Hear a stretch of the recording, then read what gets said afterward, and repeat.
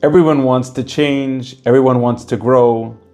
But the big question is, where do I start first? Do I first make sure that I stopped all my bad habits, stopped all the bad stuff that I'm doing?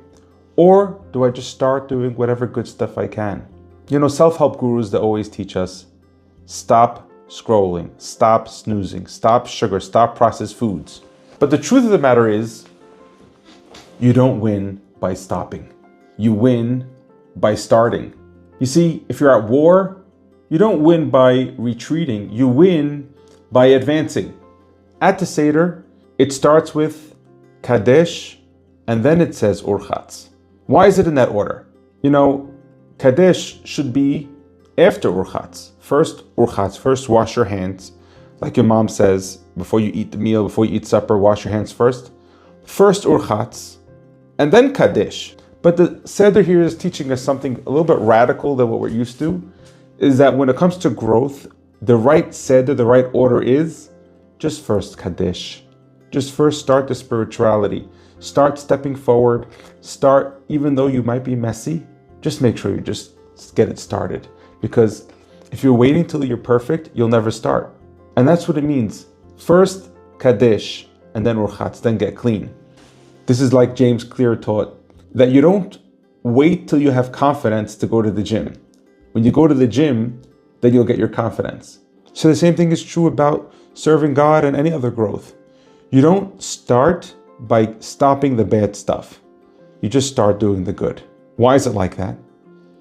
Stopping bad habits is very, very hard. Starting good ones is much, much easier. So that's why we're going to do the easiest things in order for us to change, because that's where we have the least resistance. If you had to get rid of the darkness, you can't fight it with sticks. You just have to turn on a candle, and automatically you'll be able to push away the darkness. The only reason why I'm doing these videos every single day is not because I'm brave. It's because I built a habit of pressing record every single day. That's just easier for me to press record than to run away. The Yetzer has just one goal. His goal is to get you to give up.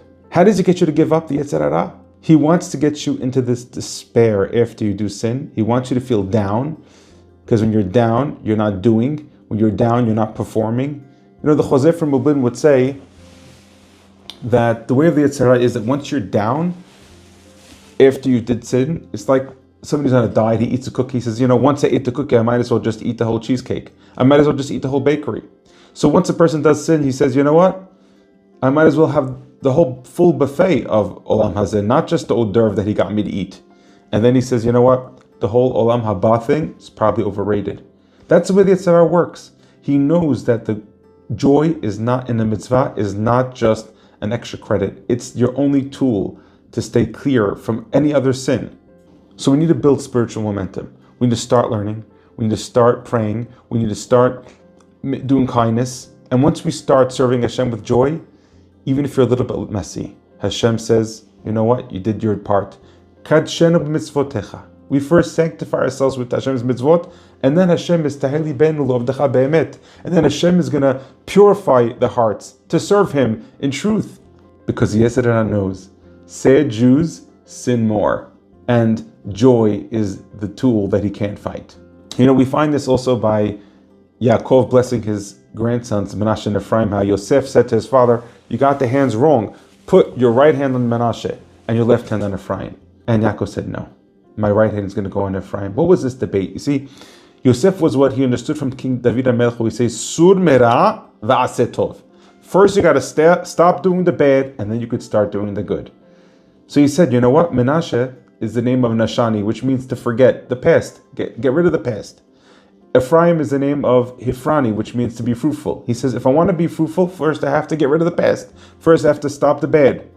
And Yaakov said, no, that's not the way. If you do it that way, you're going to sit around with spiritual constipation. You first have to focus on doing Ephraim first. First be fruitful, and then Hashem will let you, Nashani, Hashem will let you get rid of the past. It's not about what you do. It's about who you're doing it for. The fact that you're able to serve Hashem, that's the greatest joy in the world. And you know what? If you're going to do it the other way around, wait till it's perfect. Wait till you're perfect. The Yetzer has this type of drama. He likes to make things into much more complicated, make you feel about yourself in the mitzvah, make yourself slow down like some type of soap drama that just doesn't end. Make sure that you smile before you do the mitzvah, while you're doing the mitzvah, after you do the mitzvah.